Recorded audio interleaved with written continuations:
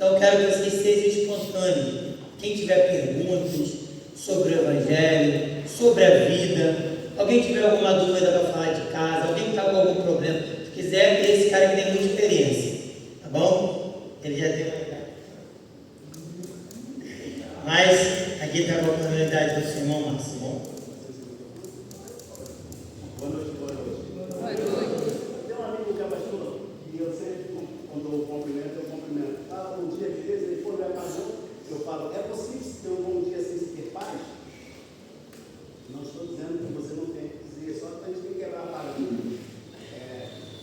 O Rafael falou muito de coisa, ele me deixa até vergonha, continua sendo ainda, apesar de velho, mas um cara um pouco ruim para estar diante das pessoas. Mas enfim, eu fico feliz de estar aqui, vendo esse monte de criança. Quando digo criança, porque 90 não, temos aí que tem idade para ser meus pais. Isaac é um, né? Isaac é um. Tá de sacanagem, né? Mas 90% aqui tem idade de ser meus filhos, eu me vejo, na maioria, tem sobrinhas aqui, né? Tem a filha do Daniel, se eu não me engano, ela ali, né? Eu aprendi. Eu beijava a barriga de Alexandra todo dia, quando na barriga de Alexandra, enfim, um monte de criança aqui que a gente viu crescendo, tem a filha de Jomar, que é minha prima, né? Como é que é pelo menos? Ana Vitória, eu sei que é Ana Vitória, esqueci, mas eu sei que é Ana Vitória, é minha prima também. Então, assim, está acontecendo aqui para mim muito bom. Confesso que tem muitos anos que eu não sei o que é estar acordado essa hora. A gente vai ficando velho, a gente tem que deitar cedo, porque a gente também perde o sono muito cedo. Mas quando o Rafael falou, não podia deixar de estar aqui por várias outras razões. Uma delas é o fato de validar, não que eu seja alguma coisa, mas a seriedade que esse leva às coisas de Deus, a obra de Deus, o servir ao Senhor. E eu sei que nos colocou no coração do pastor entregar a juventude ao Rafael, eu sei que vai ser possível o trabalho dele com vocês. O Rafael falou um monte de coisa para mim e eu falei, cara, fica à vontade, se vocês quiserem trazer estudo, ou faço parte hoje do grupo de jovens, uma comunidade de Madureira, e uma vez por mês a gente vai para lá e jovens em situações de vulnerabilidade, tudo. Márcio, tá dando para ouvir falando? Desculpa, tá ligado? Eu lembro a primeira vez que eu fui pregar, moleque ainda, e estavam filmando, falei, meu Deus do céu, como é que eu consegui pregar filmando? Orei, até que faltou luz quando eu comecei a pregar, e eu agradeci a Deus. Então, assim, uma vez a gente vai lá, né? É um ambiente que eu presto serviço, uma empresa, e ali eu conheci essa comunidade, conheci algumas meninas e jovens em situações muito ruins que eu nunca tinha tido contato tão próximo, e me comprometi ali com a líder de uma ONG, participar desse grupo de jovens uma vez por mês, e para lá, falar com eles, orar com eles, cantar com eles. E eles perguntam e a gente responde. Quando a gente não sabe, a gente vai buscar, e eu sempre disse isso e digo, tem aula há 10 anos na Prefeitura de Caxias, e eu sempre disse aos meus alunos, se eu não souber, eu vou dizer que não sei. Eu não tenho a vaidade de dizer que sei quando não sei, porque vocês acham que eu tenho a obrigação de saber.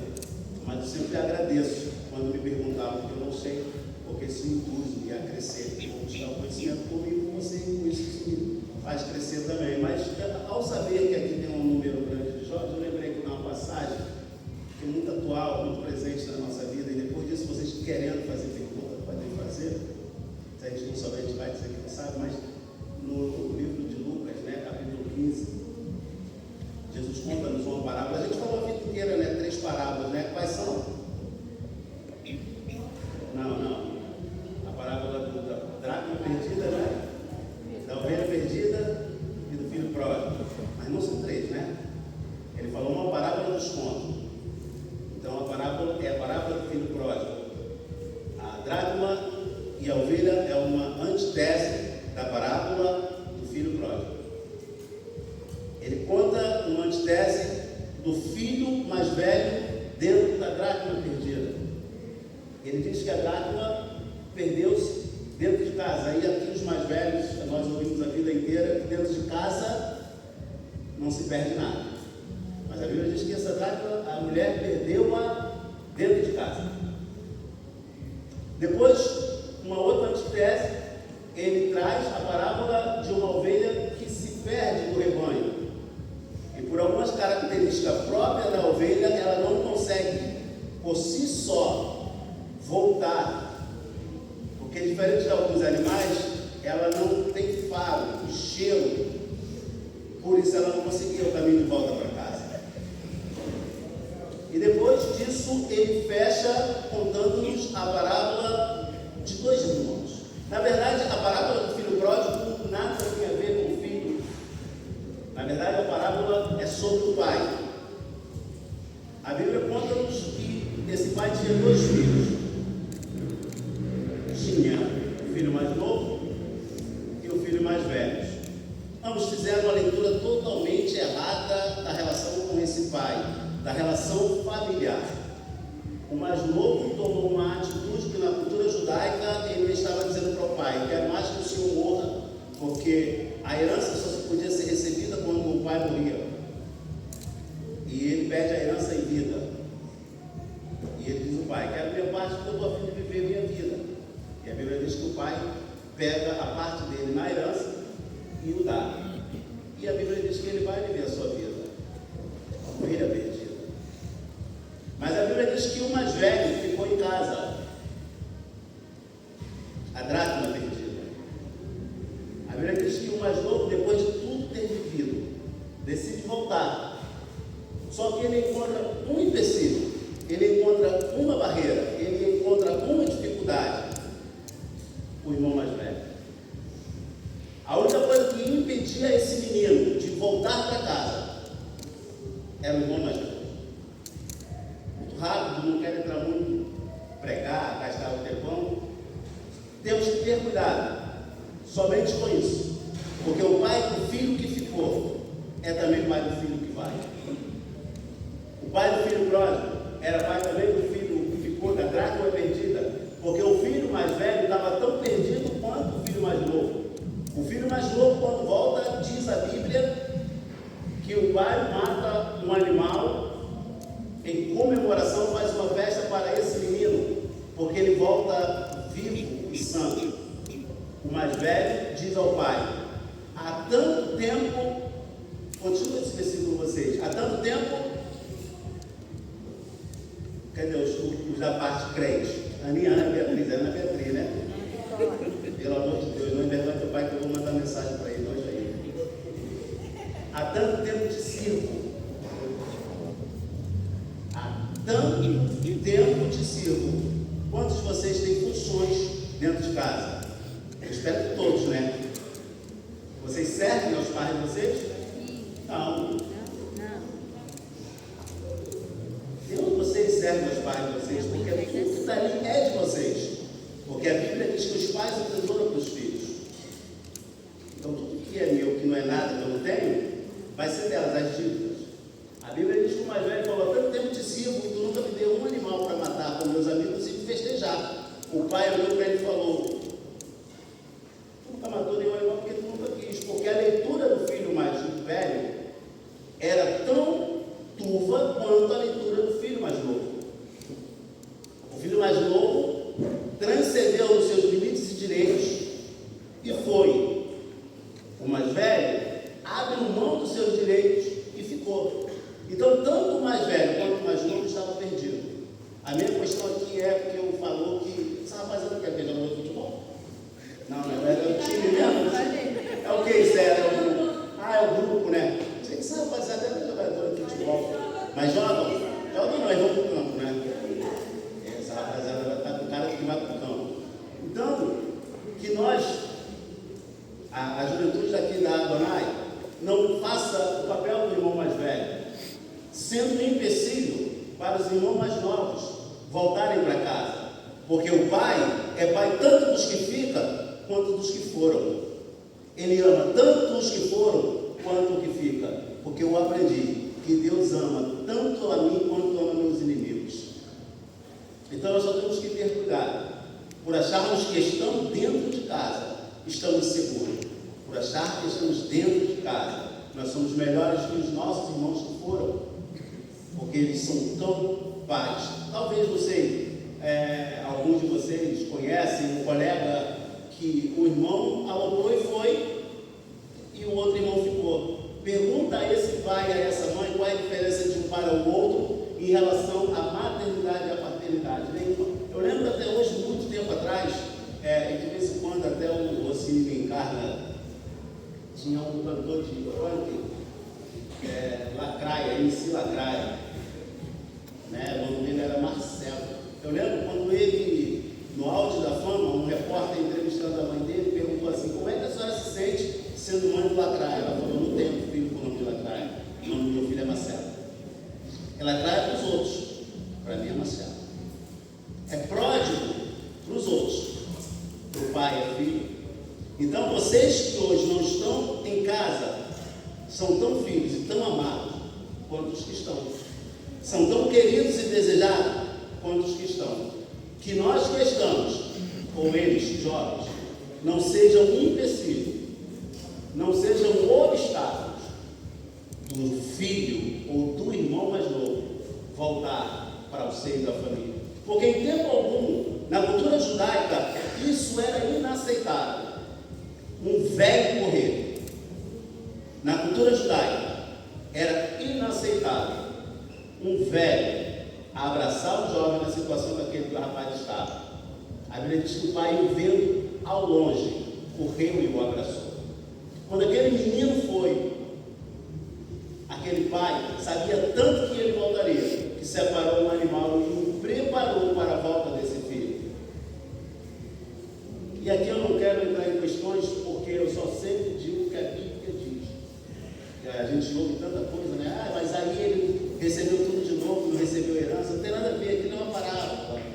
Parábola é um conto, é uma história que não é real para se falar de algo real.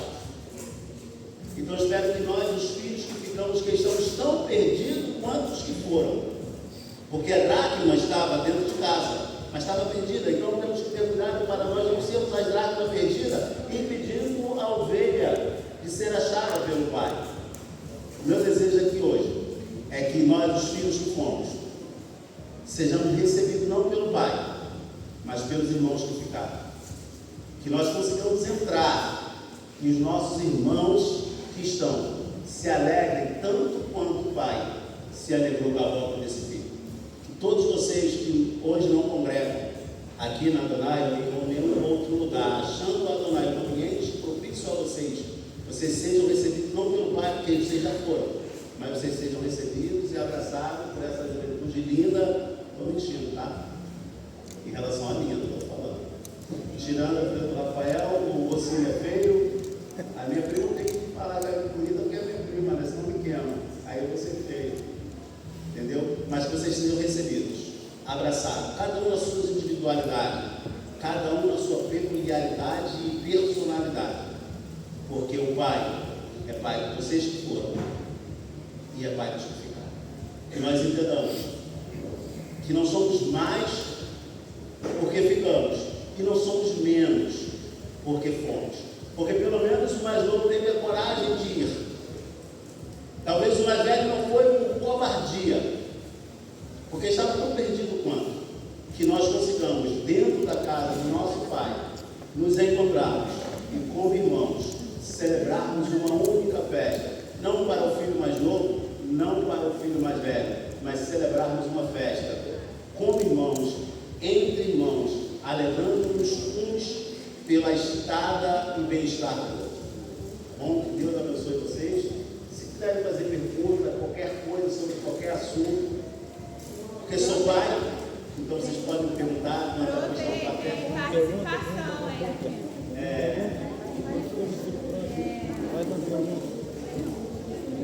Fiquem à vontade, querendo vocês. Quem veio primeiro? E muito me honra estar aqui entre vocês.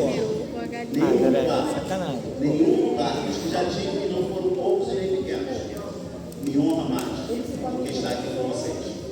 Me sinto muito honrado em estar aqui com vocês. Se quiser perguntar alguma coisa, caso não, pastor, se eu não souber, graças a Deus, nós temos o pastor Mário ali, que é um amigo da época que eu tinha cabelo preto e ele tinha cabelo. A gente Isabelle. Tô pensando, pera, gente. Gente, ele brincou de fazer as perguntas dentro do espírito pródigo. Eu estou na frente. Olha. Eu estou na frente. A Gabi Olha só, deixa eu...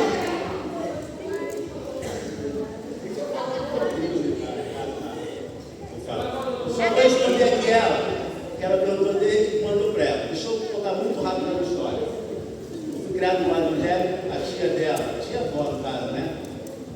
Tem 60 e poucos anos de cristã.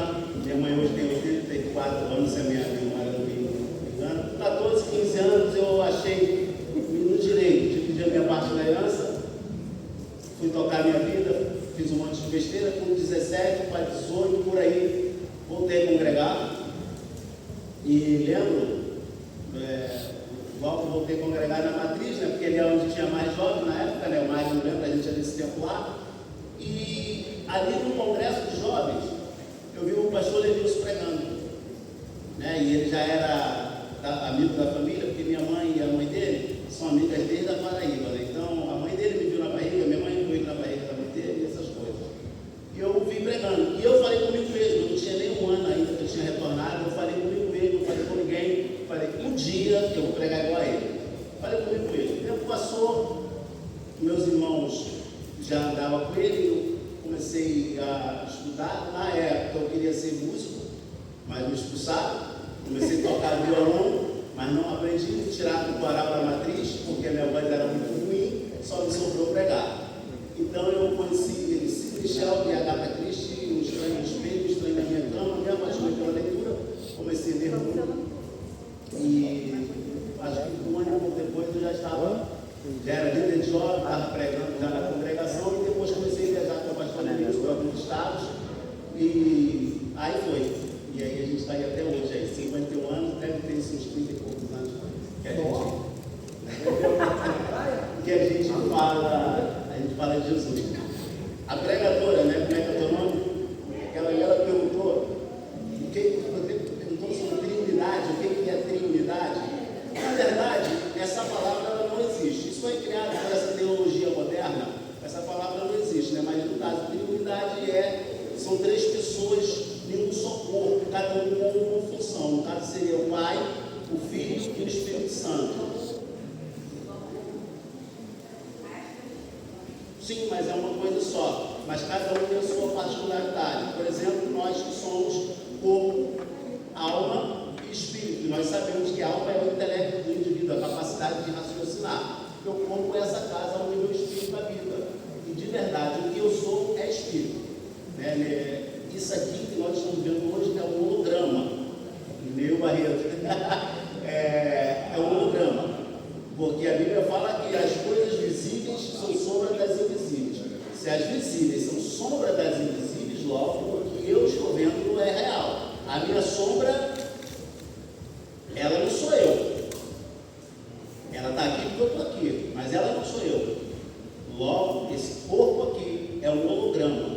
Quando Deus se relaciona, Ele não se relaciona com o máximo que você se relaciona.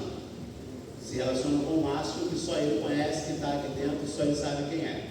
Entendeu? Então, na questão triunidade é uma palavra teológica criada aí no século mais ou menos 12, 13 em diante, né, a partir dos concílios de Nicéia, de Trento e por aí vai. Mas seria as três pessoas, Deus, Jesus Cristo e o Espírito Santo, cada um com as suas funções, mas um só Deus. E nós cremos nisso, principalmente nós de raiz assembleana. Pode falar. Essa magrinha levantou a mão. A Gabi quer falar. Oi, Gabi.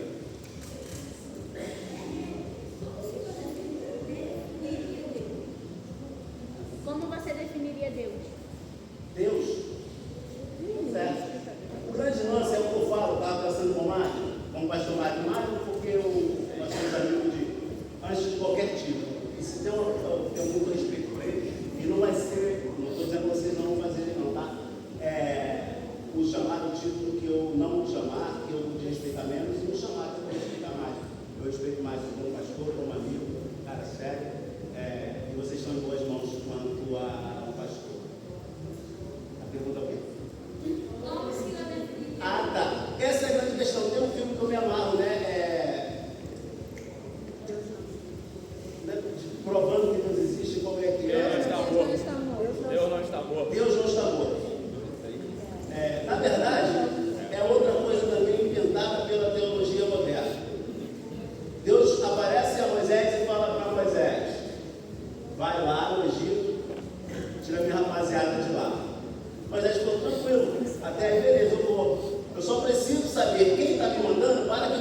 vamos chegar lá diante de Faraó, e esse Egito, né, a gente tem que entender que eram 2 Egípcios na época, tipo Irlanda do Sul, Irlanda do Norte.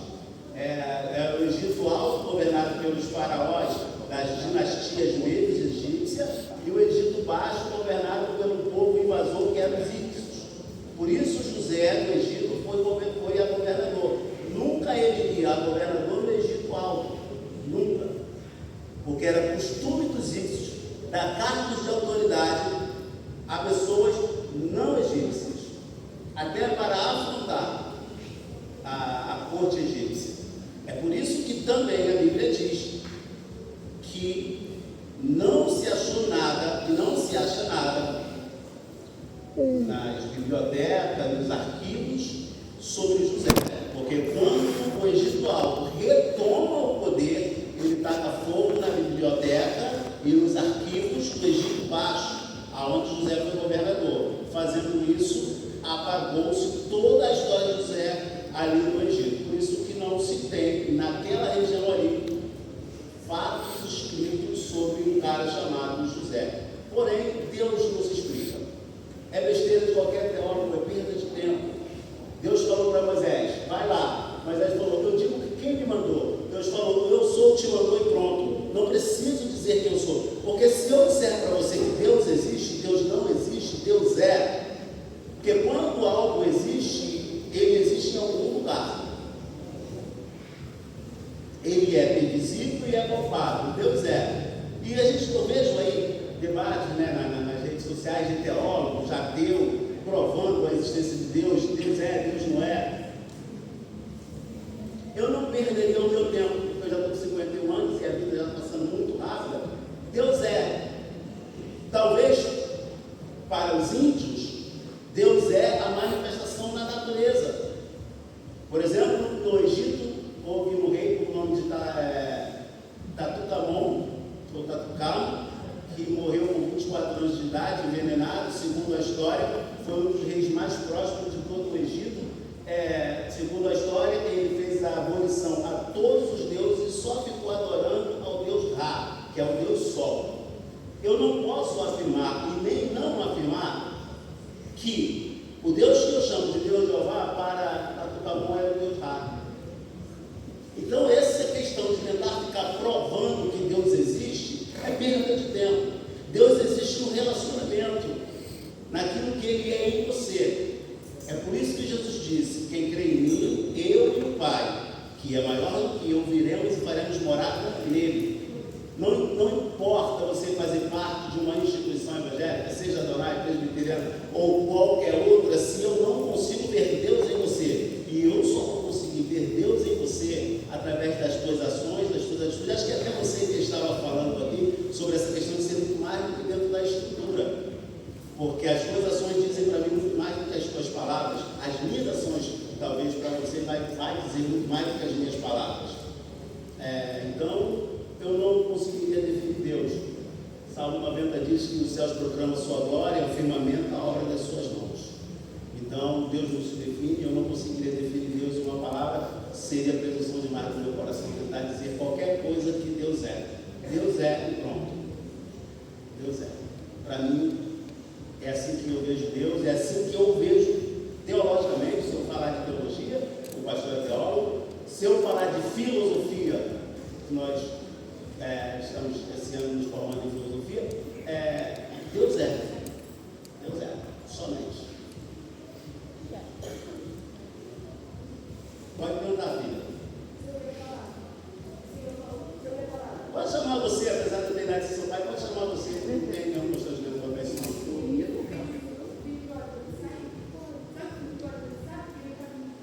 Sim. Antes estava perdido isso.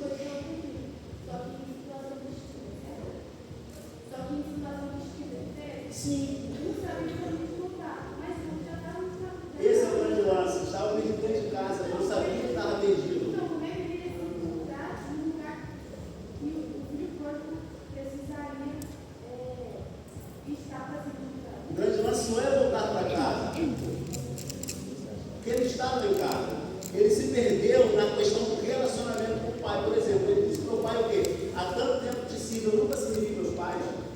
que é dos meus pais é meu, nós aqui somos pais, tudo que nós temos é deles.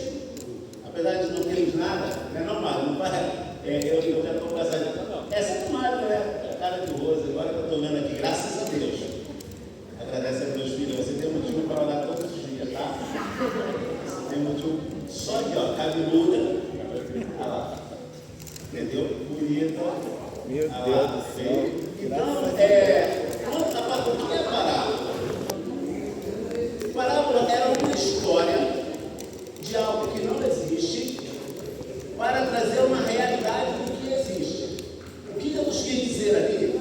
Que o legalismo muitas das vezes faz com que nós nos percamos dentro de casa pelo fato de eu não fazer o que o meu irmão faz. O meu irmão, o caçula no caso, foi embora, usou droga, gastou o dinheiro do meu pai, aloprou. Eu continuei obedecendo às regras, mas o meu coração nunca foi do meu pai. Tanto que a minha relação nunca foi de pai e filho, era de senhor e servo. Ele disse ao pai: há tanto tempo eu te sirvo. Quando o pai disse: rapaz, esse momento aqui é um momento de se alegrar, teu irmão estava perdido, foi achado, estava morto, reviveu. Ele estava vivo, tanto que é uma parábola que ele fala: estava morto e reviveu, morto das relações. Então, muitas das vezes, nós estamos dentro da igreja muito mais perdidos do que aqueles que estão lá fora. Eu não estou dizendo com isso que você tem que pegar e aloprar, não. Eu só quero dizer que muitas das vezes nós estamos dentro da igreja auto-desenganando, porém com a segurança da estrutura. E pelo fato de eu pertencer a uma estrutura, eu sou crente. Pelo fato de eu pertencer a uma estrutura, há em mim a segurança e a certeza de que não, eu sou crente porque eu pertenço a uma igreja, eu sou batizado nas águas, eu participo da ceia uma vez por mês, eu dizimo, eu oferto, então eu sou cristão. Só que a minha relação com Deus é uma relação totalmente restrita de regras de homens. Então, o que ele quer dizer ali é que tanto um quanto o outro estavam perdidos. Os dois precisavam se encontrar. Os dois precisavam ser achados para, de fato, saber se colocar aonde eles estavam. Exemplo, com todo respeito aqui, a maioria sabe, hoje eu não congrego em uma instituição regular como todos vocês. Hoje eu congrego, se para usar um nome mais normal, uma igreja orgânica. Uma vez ao mês eu me reúno em grupos e nós ali congregamos o nome de Jesus. Hoje mesmo eu tinha esquecido que ia estar aqui, era para estar em Nova Campina. Aí uma vez no mês eu vou lá em Madureira, na favela da Congonhas, ali perto de Vaz Lobo, e estou com uma rapaziada lá, menina com 12, 13 anos, já com 3, 4 filhos. E ali eu falo de Jesus. Quando eu estou no meu carro, com os meninos que comigo trabalham, ali está a igreja de Jesus. Então, eu não estou dizendo que você não tenha que fazer isso aqui, isso é muito bom. Agora, não achar que você é pelo fato que você está fazendo. Esse é o grande lance. Eu não estou aqui para ser crente. Eu estou aqui porque eu sou. Você não está aqui para ser, você está aqui porque você é. Então, quando a gente entende que nós não somos melhores que os nossos irmãos pelo fato deles terem ido e nós estamos dentro de casa, mas muitas das vezes perdemos a compreensão da relação. Por exemplo, vamos falar de paternidade, de casa. Quantos filhos ou quantos coleguinhas vocês conhecem que estão dentro de casa, que moram na segurança dos pais, mas são filhos rebeldes, são filhos que não têm respeito pelo pai, são filhos que não obedecem à mãe. Aí, essa mesma casa tem um filho que aloprou e foi morar sozinho, foi viver a vida dele. Ambos estão perdidos. O que foi e o que ficou. Porque o que ficou não consegue entender a relação entre ele e os seus pais. Mas ambos são filhos. Então, o grande lance é você estar na Adonai, mas entendendo que você não é especial, ou você é melhor, porque alguns desses jovens aqui ainda não tiveram um encontro com a instituição, que não tiveram um encontro com o Cristo, mas são filhos, porque a oração do Pai Nosso, Jesus disse o que para nós? Pai Nosso, o Pai é de quem? É nosso. Agora e o pecado? Nosso, perdoa nossos pecados. O Pai é nosso. E os pecados são nossos. Então, em relação a essa questão do filho que foi, o filho que ficou, é mais ou menos isso aí, onde estava perdido. E esse nunca iria se encontrar, esse sim, precisou alguém buscar. Engraçado, né? Você perguntou, o filho que estava longe, o pai não foi buscar. O filho dentro de casa precisou ser procurado. De repente, alguns de nós estamos precisando, pelos nossos pastores, ser procurados, mas ela não é aqui dentro, porque estamos perdidos, porque não entendemos a nossa relação com Deus. Talvez nós estamos aqui, nós estamos no grupo de jovens, estamos falando, mas o nosso pai espiritual, Deus, vai precisar vir procurar a gente, porque dentro de casa a gente se perdeu. Mas é engraçado que o filho, ele continua trabalhando, né? Ele está perdido, mas está trabalhando, está fazendo as coisas, está cantando, está pregando, está evangelizando, está fazendo um bocado de coisa, participando, mas não sabe o quanto está perdido, porque já não é, ele está servindo, mas não tem relacionamento nenhum, já não deixou de conhecer o pai. Exatamente. Por quê? Porque ele perdeu essa compreensão da relação dele com o pai. Por exemplo, eu não prego para ser ou não ser. 90% de vocês aqui não me conhecem. 95% talvez. Mas com todo o respeito, eu sempre vejo a mulher, às vezes ela fala, minha esposa, né? Ela sempre fala de às vezes quem não te conhece parece soberba. Mas eu sempre disse, filha, soberba é quando eu me pressuponho melhor do que o outro. Quando eu me pressuponho melhor do que o outro é soberba. Mas se você me perguntar mais, você vai seguir. Se eu disser que eu não conheço, é falso voluntário. Então, hoje, se eu fizesse, com todo o respeito do meu coração, eu estaria aí nessas redes sociais, aí, com certeza, com alguns mil seguidores. Mas eu não preciso disso, porque exatamente como o pastor Magno está falando, fazendo um montão de coisas, só que perdido. Eu quero estar aonde Deus quer que eu esteja, sendo quem eu sou e sabendo quem Ele é. Aqui eu só estou como irmão de vocês, mais nada. Somente a nossa diferença aqui é a idade. E eu sou bonito, claro. Mas a nossa diferença acaba aqui. Tirou isso, aí é a idade.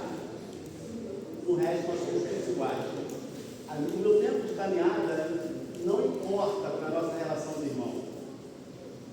O que eu construí de conhecimento não importa para a minha relação com vocês e com o Pai, como irmãos. Então, como o pastor falou, não adianta você também estar fazendo um monte de coisa achando que pelo fato de você estar fazendo, de forma muitas das vezes religiosa e mecânica, faz de você filho, ou o melhor filho. Eu canto e ele não canta. Eu prego toda semana, eu faço isso toda semana, como a menina aquela ali falou, de Marta e de Maria. Quando Jesus diz ali, Marta, Marta, Maria escolheu a melhor parte. Na verdade, Marta não estava errada em estar trabalhando, porque alguém tinha que servir. Alguém tinha que trabalhar. Porque se Marta não fizesse o que tinha que ser feito, Jesus, depois de tudo que ensinou ali, não tinha almoço para almoçar. Não tinha casa arrumada. O problema de Marta não foi o fazer, foi o fazer preocupada com Maria que não estava fazendo. Exatamente como o irmão mais velho. O problema dele não foi não ter ido, foi ter ficado chateado porque o irmão que foi não recebeu punição nenhuma. Ficar chateado porque o irmão voltou e não levou uma coça, não ficou de castigo, não ficou uma semana sem o celular, não ficou uma semana sem rede social. Ele ficou chateado porque o irmão foi recebido como alguém que foi ali rapidinho e voltou. Esse foi o problema do irmão mais velho. Esse foi o problema de Marta. Fazendo, mas preocupada com Maria, que também estava fazendo. Só que outra coisa. Então eu vou fazer o que Deus me separou para fazer, e o que eu amo fazer na casa do Senhor, sem estar preocupado com o meu irmão. Porque tanto a Bíblia fala que o que come, para o Senhor come. O que não come, como fala aos Coríntios, para o Senhor não come. Quer comamos, quer que morramos, somos do Senhor. Você come carne, não come. Isso não me faz especial. Isso não te faz especial. Esse é o grande lance da parábola.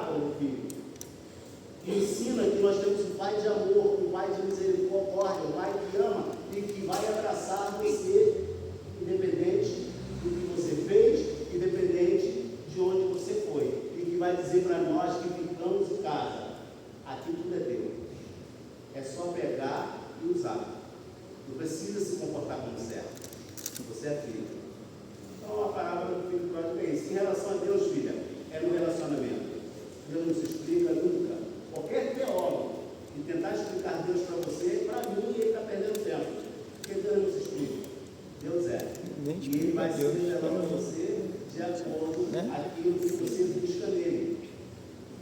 E eu desejo aqui, cada um de vocês, que queiram viver essas experiências pessoais com Deus. Isso me incomodava muito quando jovem na igreja, todo mundo contando experiências com Deus. Sabe o que? Vai dormir?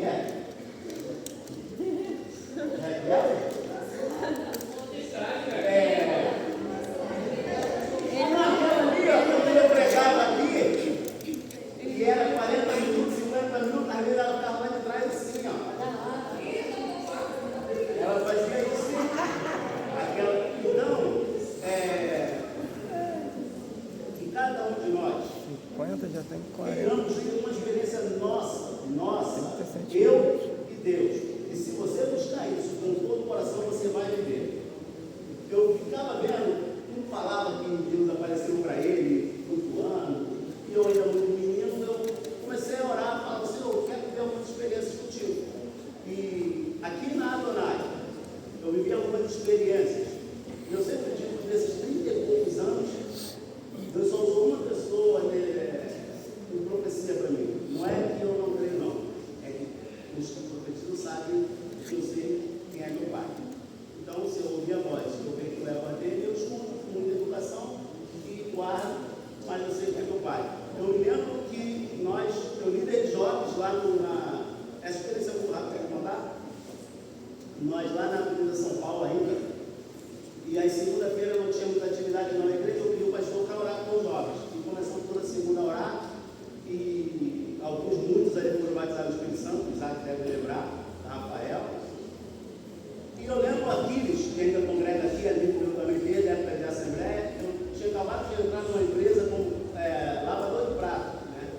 Eu acabava o culto e eu ia, acabava a reunião, eu ia no trabalho. E um dia o Aquiles ainda devia ter um mês e pouco de casa, o Aquiles falou, Márcio, tem algum cozinheiro para ser demitido? Eu falei, cara, não sei, porque eu sou novato lá. Ele falou, Deus me mostra você sendo promovido a cozinha. Eu falei, valeu, guardei no coração. Na outra semana, a gente acabou de orar e ele falou assim, Márcio, a chefe estava sendo demitida lá? Eu falei, cara, não sei, eu sou muito novato. Ele falou, Deus me mostra você sendo promovido a chefe. Eu falei, valeu. Eu faço como Raquel, né? Quando quiser contar os sonhos, vou contar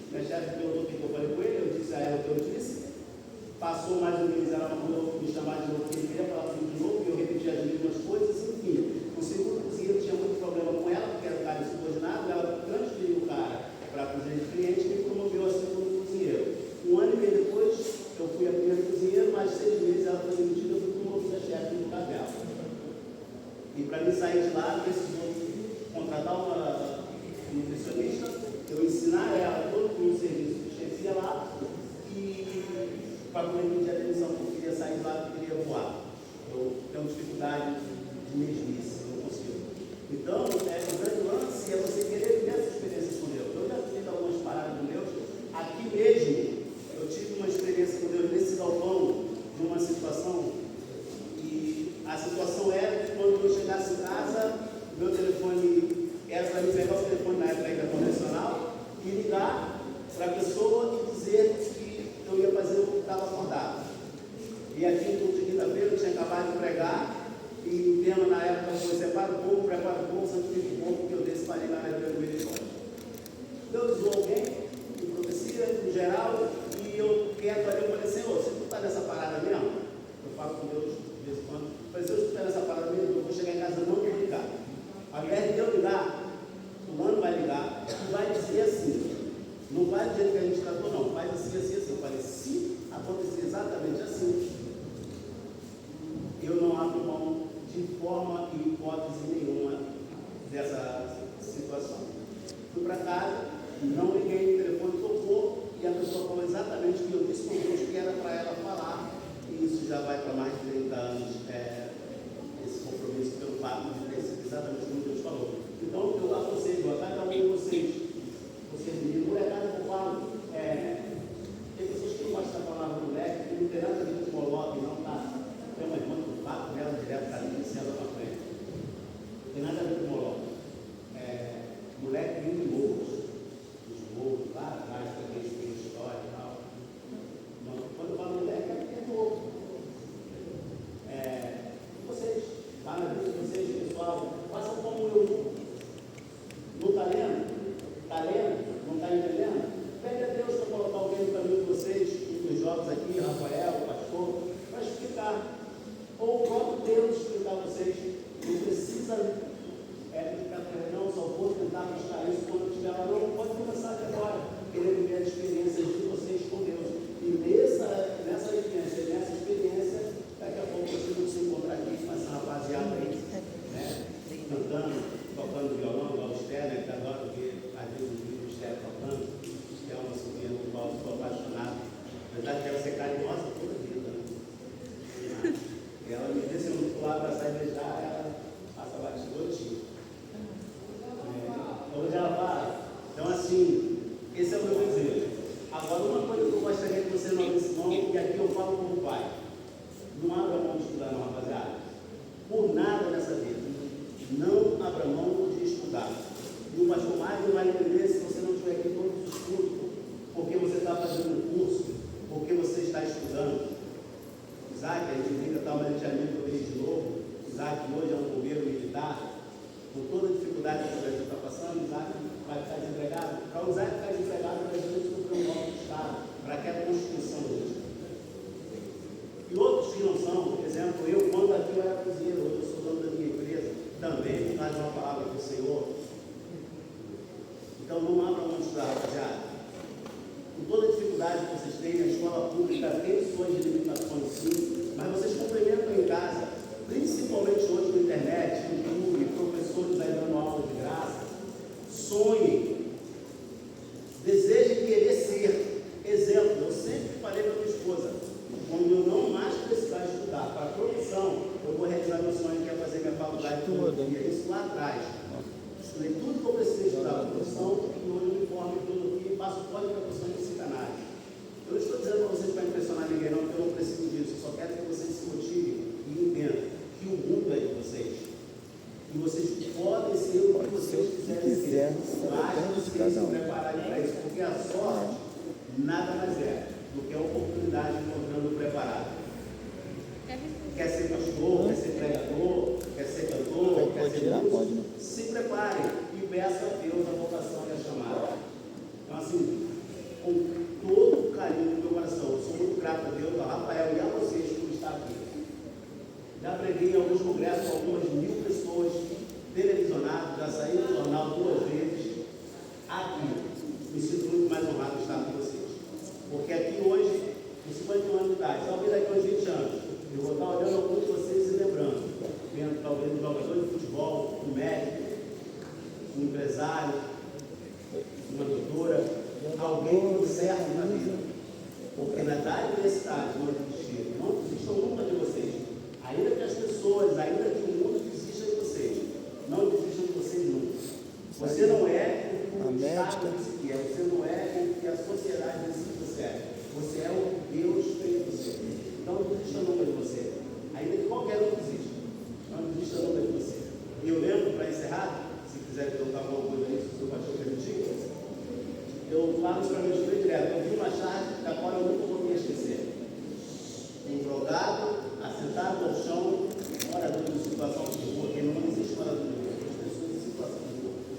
E de um lado, um advogado, do outro lado, o outro também em situação de rua. Ambos filhos desse mesmo homem. E os dois dizendo a mesma palavra. Eu me tornei isso por causa dele. Um se tornou advogado porque o pai era drogado. O outro se tornou drogado porque o pai era drogado. Um fez a escolha contrária. Porque ele é assim, não você é assim.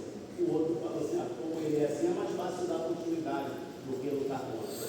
Então, nunca desista de você. Ainda que a adversidade não seja pouca e nem pequena. Talvez alguns aqui trabalhem, mesmo na comunidade, para ajudar em casa. Isso não é nenhuma anomalia dentro da sociedade que a gente tem hoje. Mas não desista de você.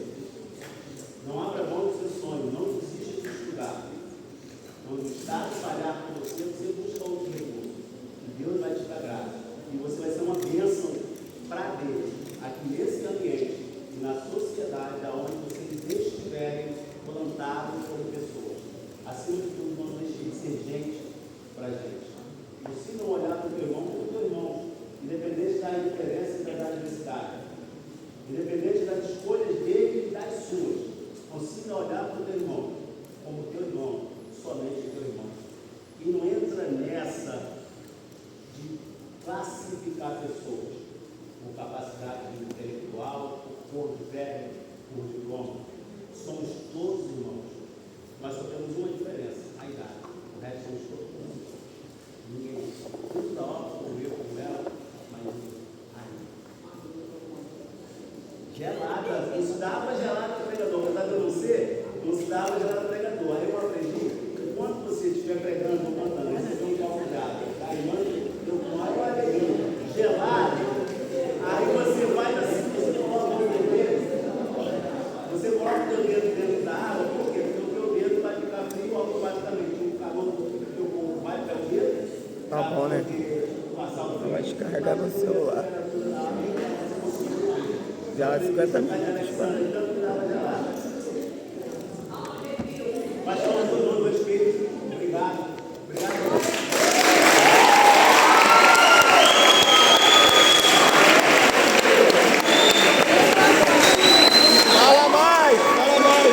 Fala mais uma hora.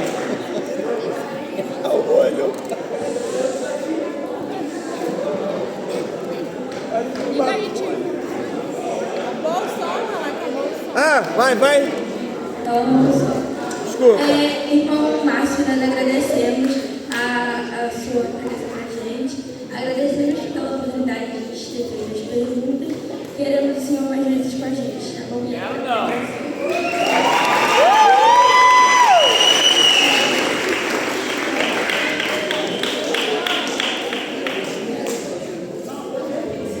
Ele vai ver a gente vê junto.